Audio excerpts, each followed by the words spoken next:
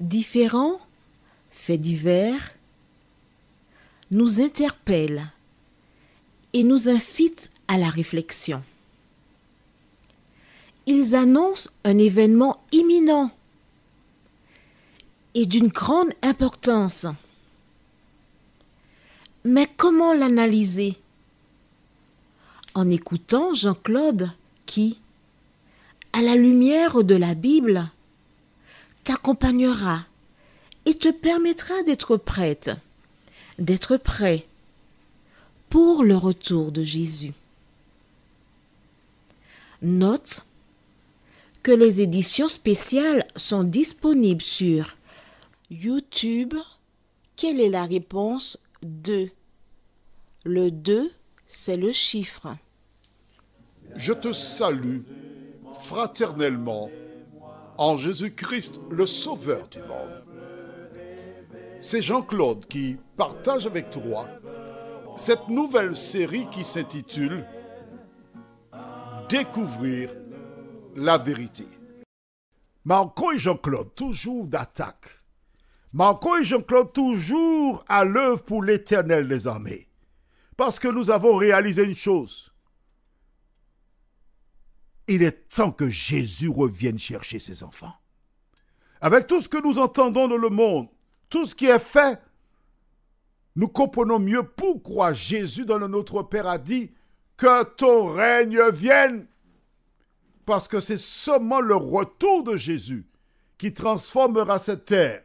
Le retour de Jésus qui nous permettra de vivre sur une terre où nous ne vieillirons plus. Aujourd'hui, nous verrons et le Bézard. Juste avant, prions. Notre Seigneur et notre Dieu, merci pour la parole. Merci pour la grâce. Merci pour le bonheur de vivre en toi et pour toi.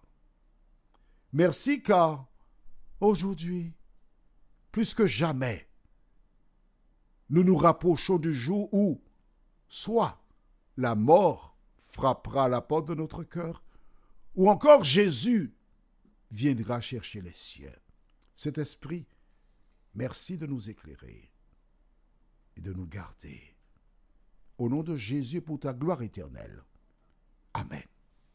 Rappelle-toi, nous étions au chapitre 47 quand Jacob parlait de la mort. Il m'arrive parfois de parler de la mort et des gens me disent « Mais pourquoi tu parles de la mort comme ça? C'est pas bien ça, il ne faut pas parler de la mort. Il faut attendre que la mort vienne. » Ben non, il faut te préparer. Au fait, as-tu déjà préparé ton testament? Mais c'est de ton vivant qu'il faut préparer cela. Il ne faut pas attendre que la mort arrive. Mais non. Jacob avait parlé de la mort au chapitre 47. Il n'est pas mort. Chapitre 48, il est encore vivant. Il continue à vivre.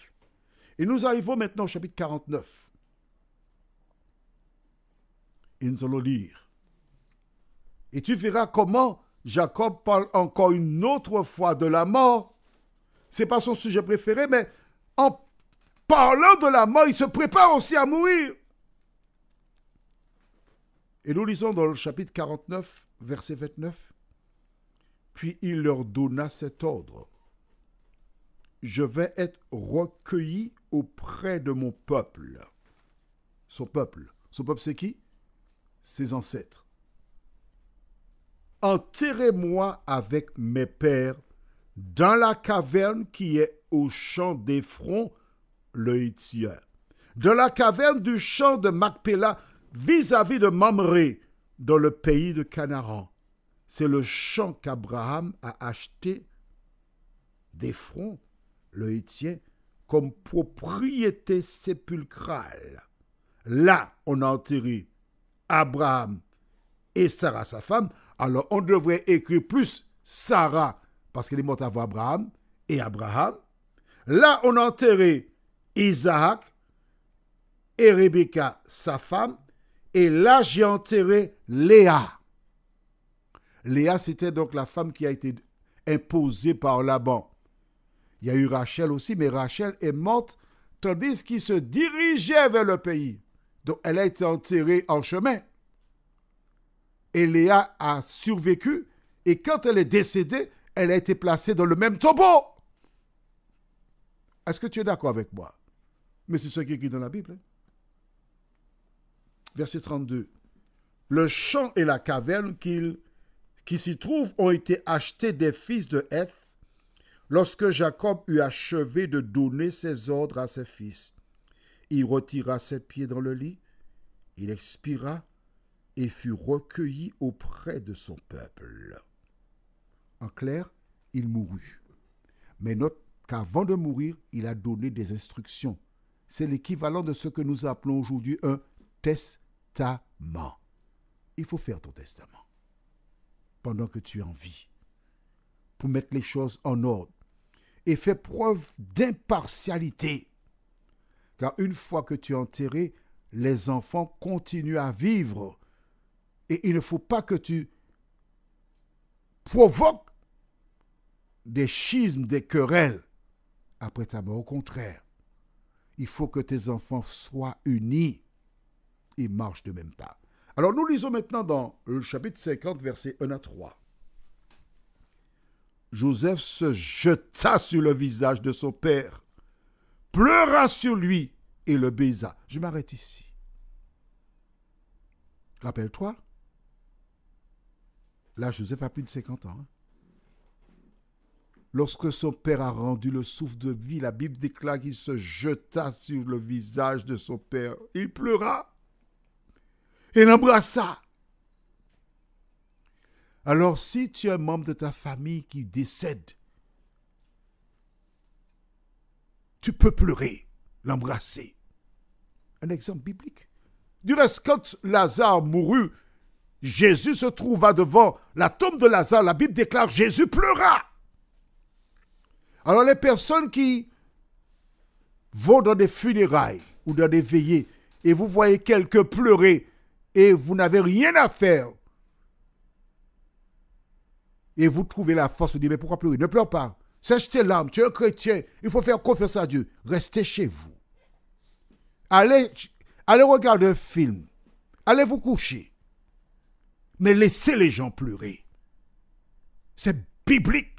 C'est naturel de pleurer lorsqu'une personne décède.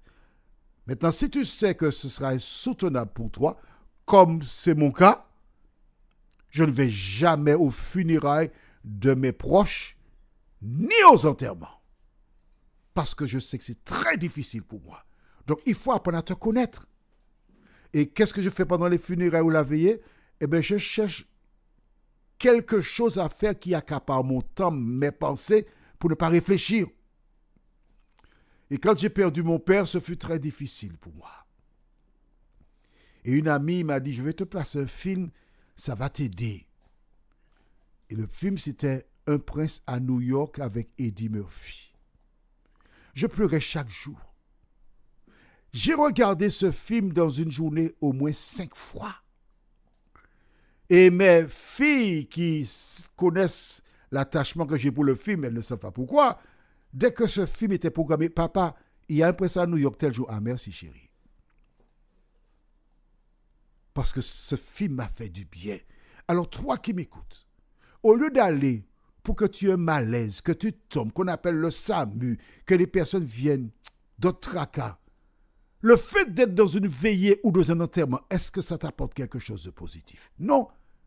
Eh bien, reste chez toi. Pleure chez toi. Fais quelque chose pour meubler ton temps. Profite pour remercier Dieu d'avoir donné cette personne qui a fait du bien dans ta vie. Maintenant, Dieu estime qu'elle doit partir. Eh bien, Seigneur, merci et aide-moi à laisser un bon témoignage à celles et ceux qui sont autour de moi. Nous passons au verset 2, puis le verset 3. Il ordonna au médecin à son service d'embaumer son père et les médecins embaumèrent Israël. Regarde, il ordonna aux médecins à son service, pas n'importe quel médecin, non? Médecin, c'est au pluriel, oui. Il avait plusieurs médecins. Mais les médecins étaient non seulement en mesure de soigner, mais ils embaumaient aussi.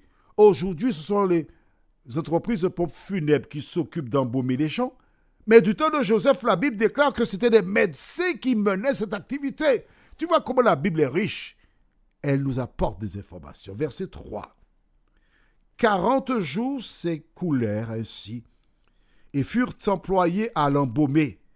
Et les Égyptiens le pleurèrent 70 jours. Amen.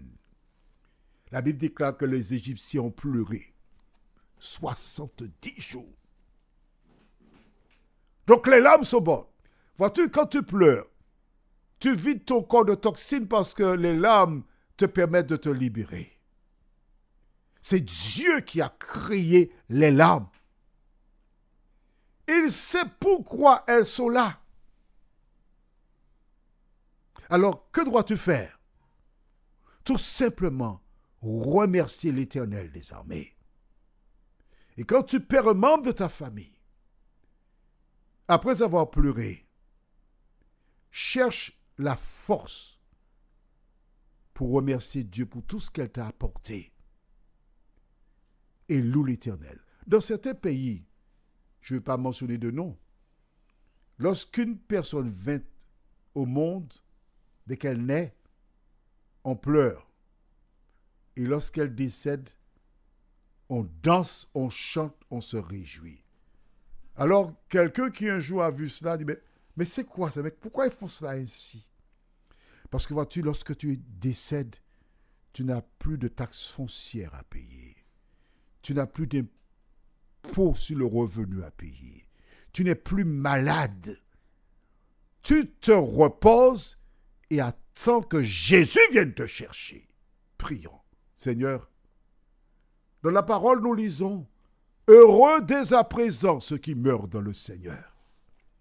La Bible nous indique comment Jacob est arrivé au terme de sa vie. Il a rendu le souffle et ordonné à être enterré dans le même tombeau que ses ancêtres. Aide-nous à mettre de l'ordre dans nos vies comme lui, au nom de Jésus et pour ta gloire éternelle. Amen.